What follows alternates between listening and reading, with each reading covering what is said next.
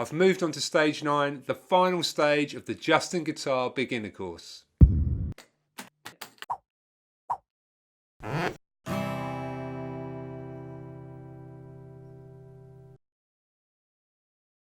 If you haven't joined me before, welcome. My name's Luke and this channel is all about my beginner guitar journey in midlife. I release videos every week, so if you're interested, hit the subscribe button and notification bell. So this week I've moved on to stage 9. It's the final stage of the JustinGuitar Beginner Course. It's a big milestone for me, and I've just taken some time to think about how far I've come so far. And what I'm really conscious of, is that the amount of time it takes is all dependent on the person. It isn't a race, it's just about having fun and learning as you go along. So I feel personally that I've kind of rushed a few bits of this course. And part of the consolidation phase, he calls it, at the end of this course, is to go back over what you've learned and try and sort of build the foundation of certain things. So one of them is learning 10 songs of his in his songbooks all the way through. So I've got his songbooks here. I think I might have showed these before in my other videos. And they're pretty cool actually. They're worth buying. You don't have to buy these. There's no affiliation that I get with them.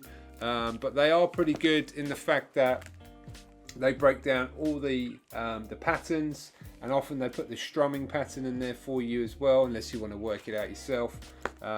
These are just the beginner's songbooks, volume 1 and 2. I found these really useful so far, and I'm ticking bits off as I go along, but I will be revisiting these as part of this consolidation phase. So that's the plan, but what have I been doing this week? Well, stage 9 has got a kind of mix of different things to learn. It's got some 12 bar variations, which I've been trying to do.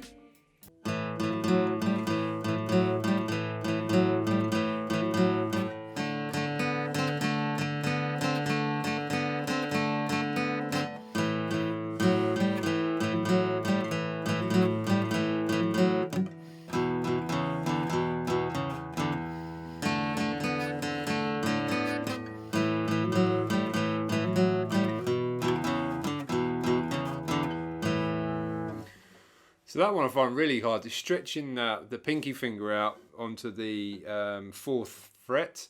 I find that real difficult, as you can probably hear there playing. The other variation that I'm trying to learn is this one.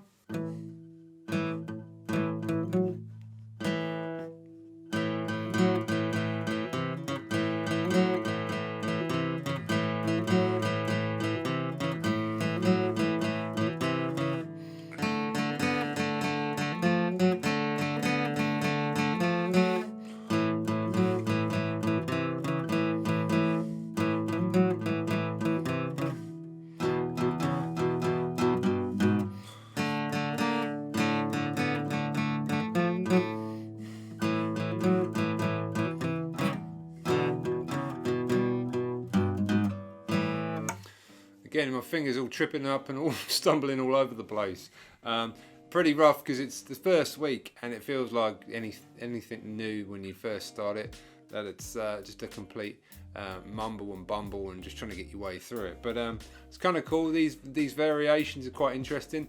Those two that I've kind of not learned, I'd say I'm learning together, kind of make up another variation as well that I haven't really tackled yet. But that's going to be cool because you can actually use that and use that as a basis for a kind of a loop. This is what I'm planning to do, is to record it and then use it as a loop, if I can get it anywhere sounding any good, that is.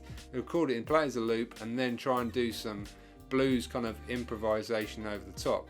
And currently my improvisation is 0, but in this stage they're just trying to sort of encourage that.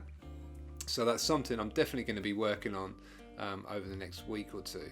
So part of this final stage, like I've mentioned, is this consolidation phase, and it's also like a mini test, if you like, to go through and make sure you can do all the things that he's saying that you need to in order to move on. One of those is the A minor pentatonic scale. Now I've played this a few times previously.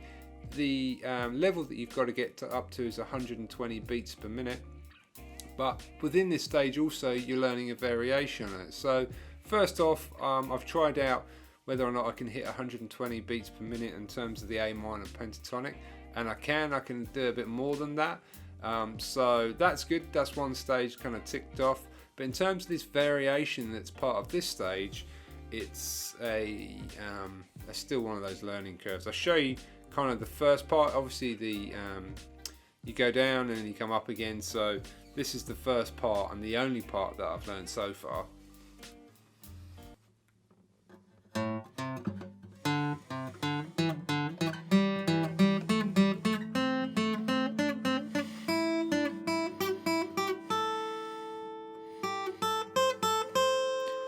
That's it. So I've just worked down, but I haven't worked my way back up yet. That took long enough as it was.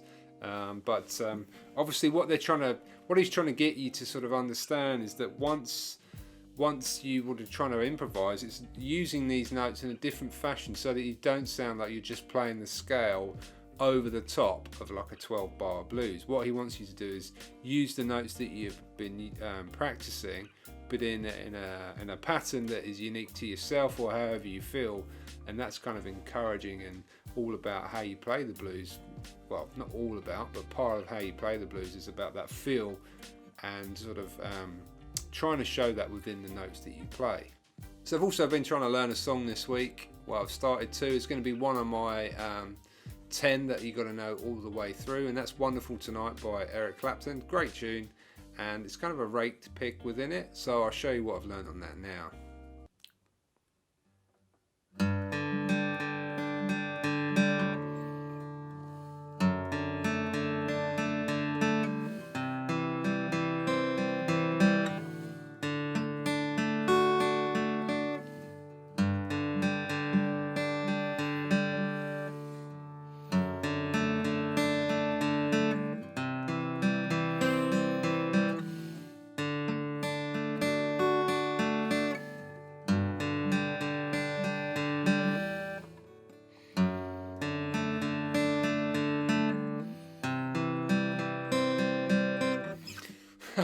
So there you go. It's a mess. It certainly ain't wonderful tonight. It's pretty terrible tonight, actually, mate, and pretty poor sounding. But you know, it's part of the process. So here's a few things that I haven't talked about this week. So as a recap, this is what you've got to learn. You've got slash chords, which is like a D with an F bass, I think. There's a couple of those different ones. You've got power chords and palm mutes. You've got applied fingerstyle patterns, which I've kind of got to grips with in previous stages. The 12-bar blues variations, which I've just shown you previously, kind of. Minor pentatonic scale, which is obviously that variation that I was showing you. And also obviously getting the speed up on the basic one to 120 beats a minute. There's extra strumming patterns, and then there's the easy songs for stage 9, easy songs. I think Wonderful Tonight is one of those. So that's kind of what you learn in this stage, and then the consolidation test is all about putting these things into practice. And I'll go into that next week when I'm starting to hopefully push ahead on this stage itself, because there are some chord changes that I've got to do 60-second changes for, and we'll try and get those up before I look to do the final consolidation test and work my way against it, including learning all the songs. Question for you guys. I'm going to try recording myself on the acoustic next week. I've got a Blue Yeti. I'm looking at upgrading that soon. Any recommendations from anyone who's recording himself would be appreciated in terms of software, microphones, audio interface, whatever it may be. Let me know in the comments below. That'd be really helpful. Anyway guys, until the next one, cheers.